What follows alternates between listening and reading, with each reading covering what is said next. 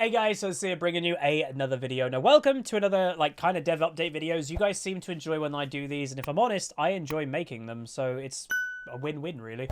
So this is the competitive gameplay update, I guess, for mid-year. So it is worth knowing we're past mid-season, so this is mid-year, even though technically we're also past mid-year as well. Anyway, but this is basically the thoughts on current state of behavioral and competitive systems on gameplay and where we're going. So last time we talked about competitive direction of League, was specifically about Clash. Between then and now, we've been focused on behavioural system rollouts and sustainable development of services like matchmaking and the League systems. We've also been working with the League client team to find system instabilities like champion select failures and game start hiccups and squash them out. We have big plans for the future of competitive systems, and keeping our existing services up to date allows us to drive forward on new improvements. With that upkeep effort trending down, let's take a look at some of the core issues we're prioritizing on competitive gameplay. So, first one is where behavioral systems is now. So in the last update, which we probably did a video on, we called out dodge and AFK penalties as our focus areas and promised follow-up in mid-July, aka this blog. We recently shared a standalone update on dodge penalties. We did make a video on that, and a bug set us back, so changes begin rolling out next patch, so 11.16 or 11, we're currently on 11.15, and we'll share a similar update on AFK penalties in a few weeks. As a result, the context here is on the lighter side. So we're looking through to expand the size of the behavioral systems team on League in ways that will allow us to pick up more juicy projects. This includes the subset of the following problems. Okay, so here we go. Big updates. Detection and penalties. So reduce the frequency of disruptive behavior, which obviously is quite important. We all probably have days that you have trolls, feeders, whatever it may be. We don't like it, and a big reason I believe, and I think many people believe in League, why do people feel that like they can get away with it? Because where's the punishment? You know, it's always been that, oh, Riot doesn't really punish that stuff. Like, there's been always like, oh, if you say a couple toxic keywords, the system will auto-detect it, you'll get banned. But if you are a feeder or an inter, it is very hard to actually get banned properly, like just by getting detected. So first one is further confidence-based reporting. We've seen positive results from our intentional feeding confidence methodology, and early testing indicates we'll see similar improvements by rolling this out to other disruptive behaviors like hate speech, verbal abuse, and AFKs. For the first two, the benefits will stack with the upgrades to our text evaluation systems. So like the auto-detecting. This will involve heavy collaboration with central service teams who will work on all Riot games. So our progress will be slow, but we're aiming to do this by 2021. So this year. So they're saying, you know, for whatever reason, League of Legends as a entity isn't just doing this alone. They're, you know, the same team that I guess implements some of the toxic stuff like behavior for Valorant and LOR, if there's any in LOR, I don't know. But they do it all as the central team, so it's going to be a bit slower. Fair enough. And then the second one is verbal abuse detection and punishment. With our behind-the-scenes machine models constantly actioning on intentional feeding and AFKs, we have a bit of an opportunity to look at verbal abuse issues and assess what newer text evaluation systems can bring to the table. We're setting aside a bit of time to work with our sibling team, the Central Player Dynamics, to explore our options, and we shall share more information on timelines once we identify a specific solution to pursue. So not really any update. They did say it's a bit light here, you know, but they're just saying they're going to build more systems that will look into hate speech, AFKs, verbal abuse, etc. And also they're going to be building more upon what they currently have about auto-detecting verbal abuse. So they're just saying it's a thing rather than saying what specifically is going to happen yet. It'll come in the future. Next one is harm mitigation. Reduce the impact of disruptive behavior on other players. So, you know, naturally Riot put in that like LP mitigation system that if you do genuinely have an AFKer, and even detects people that just stand on the God Tower or just stand in top lane standing still for 10 minutes, it does detect that.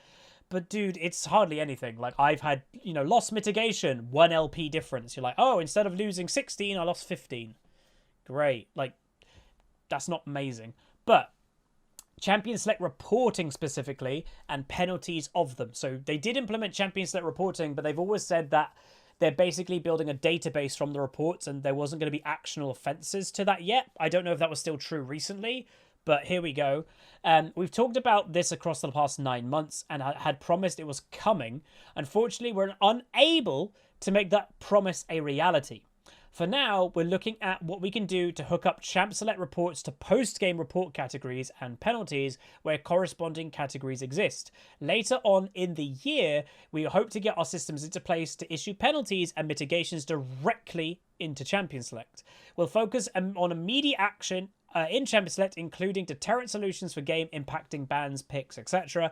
Potentially including scenarios where we can kill the lobby immediately.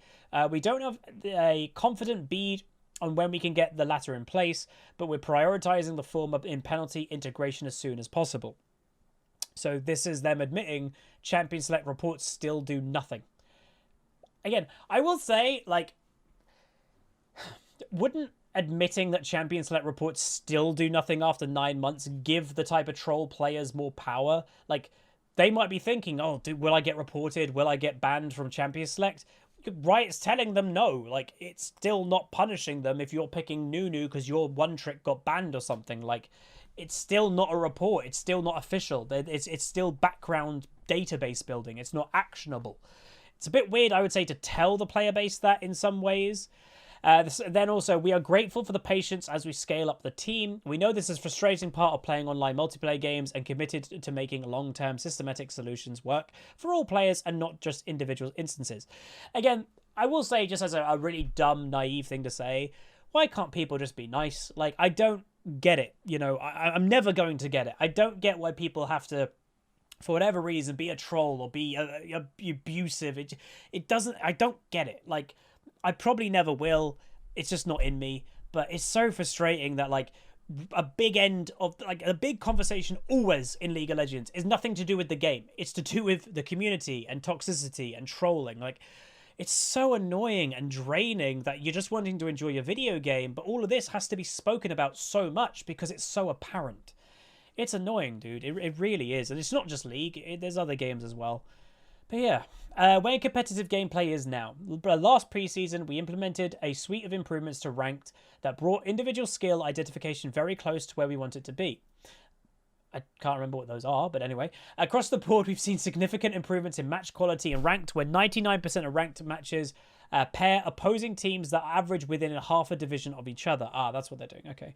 And teammates themselves are within one division of each other. This only improves the closer you get to peak player hours during the day. I will say, like, I was about to make a point, and maybe this last sentence may be why I personally don't get that in my games. For example, today, started the day in Diamond 3.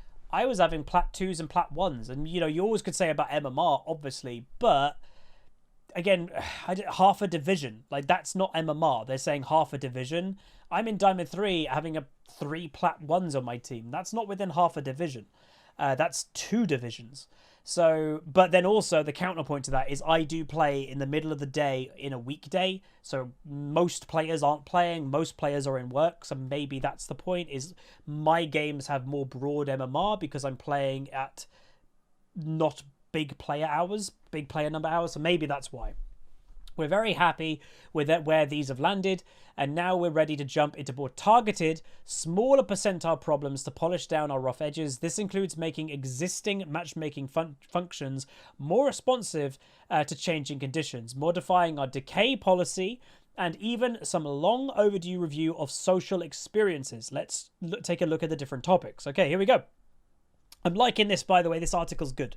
Matchmaking. So overall, they just want to improve queue matchmaking quality without compromising queue time or availability. I will also say, I really don't get why Riot's so much about queue time. I've said this forever. If there was a slider that was, I don't mind having autofill on, so I'll have lesser queue times, or if there was a slider going, I will have, I'm turning off autofill and I accept I'm going to have longer queue times, I bet you most of the player base will accept longer queue times for having no autofill. I bet you. But anyway, again, we've never had the option. Dynamic position popularity and autofill, the first one. Position popularity fluctuates throughout the day, but our current algorithm isn't performing to the standard we want it to. Early testing indicates that by improving the way we calculate position popularity, we can potentially reduce autofill rates as low as 0.6% of all games, down from the current 2.5%. Quite a big improvement. Now only we are expecting to see large autofill gains, we've also seen strong signals that this will reduce queue times by up to 10% across all MMRs. That would be huge win across the board, especially for players that specialize in one role. The main thing that we need to validate before we can ship these improvements is that secondary role rate doesn't increase substantially. But we're committed to getting these out to players as soon as testing completes. So they are basically saying, without really affecting anything negatively, we've got a back-end system that we're just going to improve, that like looks at things better, that is going to reduce autofill and reduce queue times across all MMR. That seems to be pretty solid. Like, that, where's the negative in that? There is no negative, so there's that. Pre-made skill balance. In 2020, we shipped pre-made parity to balance out pre-mades across teams. We're looking at adding additional filters to specifically improve skill balance between each pre-mades. That's quite a big one. I would say that is a big one. I think we all know, like, duo queue smurfing is quite a popular boost strategy that, you know, two smurfs will level up accounts or buy accounts. They'll smurf together the whole time up to diamond, and those accounts will be sold. That, I know that isn't a massive issue, but it's a known thing. When one team has got a duo queue smurf that is just like, dude, they've got an 85% win rate in 40 games, and then like, oh no, but there's duo queue parity, the other team's got a duo queue as well, but they're not smurfs. Sure, there's duo queue parity there. Both teams technically have a duo. There is a little bit difference in the skill between those duos. And I think that's what people are kind of getting on and wanting to be like, oh no, if it's two smurfs as a duo, there should be two smurfs as a duo on the enemy team. Which, yeah, maybe that should be the fact and true. So that seems that is happening. They are looking to do that, potentially. And then dynamic map side advantage. In a perfect even skill matchup, blue side has a very slight advantage due to the game's layout. Again, if you guys didn't know that, if memory serves correct, blue side has either a 51 or a 52% overall win rate. So being on blue side is an advantage over red. But anyway, which matchmaking corrects by fielding a red side team which is slightly higher MMR. They've always done this, so yeah, blue team naturally has a higher win rate. Various things like Dragon is safer for blue team, just the way that the game looks, it's more natural playing from blue side than it is red, but the better team is on red side. So even though you've got the higher MMR team has always been on red team, not by much, but just a slight advantage. So if you're always like, dude, I'm always blue team, but there's always higher rating people on red, that is why. Or if you're vice versa, you're always red team and you're noticing the enemies, just they're always a little bit worse, that is also why. The impact of this map advantage can shift from patch to patch, so we're looking to make matchmaking side correction dynamic as well.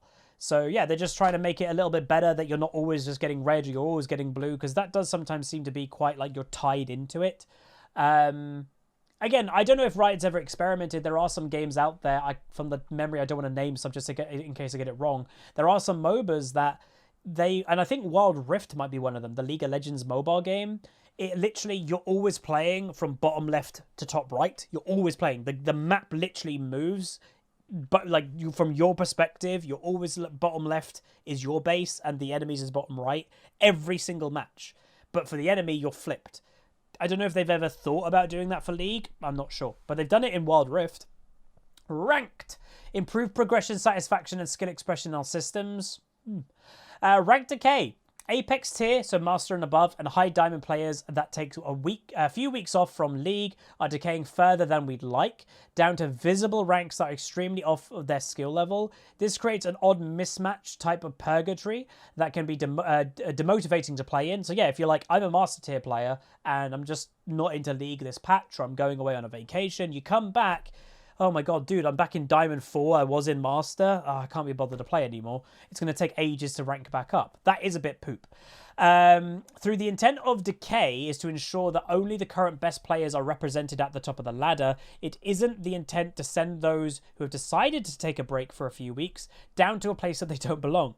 We're looking into better options for decay rate that can roll out in low disruption way before the end of the season. That would honestly be nice. I remember when I was in Diamond 1 or when I peaked in Master, obviously briefly, when I was in Master, the pressure just felt so immense. It's like, right, I've got 10 days until I decay out of Master automatically. And then if I don't play for a day, like people are like, oh, just play one game every 10 days if you're not into it. No, that's not how it works. I think it's exactly the same system. So you have 10 days when you first get into Master or Grandmaster or Challenger. And if you don't play for 9 days and you play one day, it doesn't reset back to 10. You just gain 1 day. So like, if you want to stay at 10 matches, you either need to play 1 game a day, and then you just maintain each day, you just push it back 1 more day, you maintain 10, or if you don't play for 9 days, you'd have to play 10 matches in 1 day to get back up to that 10 game point. That's very intense. Like it felt very like, oh God. So maybe that does need to be calmed down a bit, because, you know, I'm a streamer YouTuber, so technically it's my job to play League. The vast majority of people, even in Master, it's not their job. They're just very good natural players that's playing it for arguably their main hobby. But again, your main hobby shouldn't be treated as, you have to do this. Like, that's a lot of pressure. It really is. And like, you know, you could be forcing yourself to play that something poop in your life could have happened. And then you're like, dude, I've got to play because I'm going to get decayed. But then I know I'm going to play bad because all I'm thinking of is this poop thing that's happened in my life. It's not good. So maybe that does need to be better.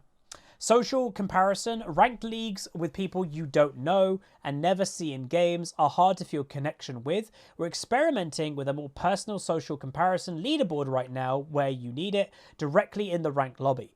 You'll see the first iteration of social leaderboard show up when where they can evaluate any additional improvements to make it based on player feedback. We're excited to see the competitive friends and acquaintances here. But okay, so what this is you know, like you can click in the leader like profile ranked solo queue. You can see where you're owned, the players around you on the ladder. They're going to make a new ladder that is like just a friendship ladder. It's very common. Call of Duty have had it for a very long time. So your friends list ladder almost, and maybe like people that you've played with recently in League will all be there. That's fine. Like, again, you could be like, oh, if you're a massive, like, I'd imagine this would be really good if you're in secondary school or high school or college. A lot of you play League together. This would be a way better way to keep track on, oh, who's doing well? Oh, Jim's climbed up to Diamond 2. Damn, he's number 1 in our ladder now. Well done, Jim. And, oh, God, you know, Bob, you're down in iron. Let's try to help you. Friendship type of thing.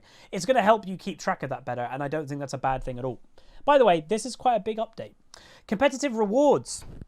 Make rewards more recognizable and relevant for time spent in League. So they did say, obviously worth remembering, a couple weeks ago, they are doing that profile update that's going to make it also more apparent your rewards. But anyway, they're just talking about Flex and Clash here. So Flex rewards. Since last year, we've seen more and more players spending a significant amount of time and effort climbing with their group in Flex. I would say this is because Season 11 sucks for many players, and the only way that a lot of players are actually having fun in the game is playing with friends in Flex. I wish I could do it, but my friends have quit because of the items. This season, we're going to be offering 2 versions of each per tier chroma, one for solo duo and one for flex. This is really late to announce this, by the way. Wow. The change better differentiates between 2 achievements and offers teams that climb in flex something to shoot for that sets them apart. Again, I'm fine with it. That's cool. And then Clash Awards visibility. Getting together with your crew and tackling the gauntlet of Clash is thrilling and exactly how we think League should be experienced. Which, yeah, that is the ultimate way of playing League. A competitive in a 5-man team. You've all got your specialized role and you're playing against a specialized 5-man team.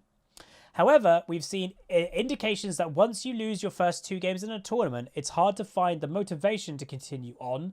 Part of the reason for this behavior is we haven't done a great job or even a good job of showing you what's still at stake, both within what's that specific tournament or across the entire season. Be it a snapshot of the trophy soon to be sitting in an award case, banners and loot display per win, or even a long-term VP track. I don't know what VP is. That signifies your achievement across the season. We haven't carved out a space to really highlight what you're shooting for. We're in development of some small enhancements to the current season, and we're looking to target more improvements going into the 2022 season so players know what they're going for. So yeah, like they're saying, players give up after 2 matches, but like, you know, there's one more match or there's tomorrow's clash, and you're working towards a greater achievement in every clash tournament, even just by playing. That Riot want to make a bit more obvious, because players are just like, we've lost 2, screw this, let's not play anymore. Which, you know, you also can kind of get why. But Riot's going to make it a bit more a bit more obvious to why you should keep playing if you have lost your first 1 or 2 games. But I think that might be it. Oh, wait, here. We're buckling up for what is promising to be an exciting second half of the year, during which you'll see more updates coming regularly, so we can keep you up to date with our competitive progress, as well as new things coming your way. As always, happy climbing and see you on the Rift. I think it's a really cool update. Thank you very much, Riot Code Bear. Things I'm personally excited for, obviously, yeah, anything that can just make Ranked a healthier place, even though it's kind of sucky, that it has to be done. It does. Maybe, yeah, penalties, sure. Matchmaking being better is never a bad thing. Pre-made balance is good because, you know, I have the duo queue series of Vixie that we do for fun occasionally, but when I'm on my main accounts, etc., I'm a solo player, and it is a bit poop. That's like, right. And I would say duo queue parity still isn't perfect. Many times I have, even recently in videos, they have 2 duo queues, we have none. You can see that a little bit every now and then. So even duo queue parity, I think, needs to be a little bit tweaked. I'm interested to see what they're going to do with Decay. But honestly, I think it's kind of cool. It's nice to get these updates, so thank you very much to Riot. Let me know what you guys think of them. Anything that you agree with, disagree with, anything you think they could have added in this kind of generic topic of competitive gameplay. But yeah, that's going to be it. If you guys did enjoy, please do throw a like on the video, throw a comment, throw a subscribe, and I'll see you guys next time. Peace.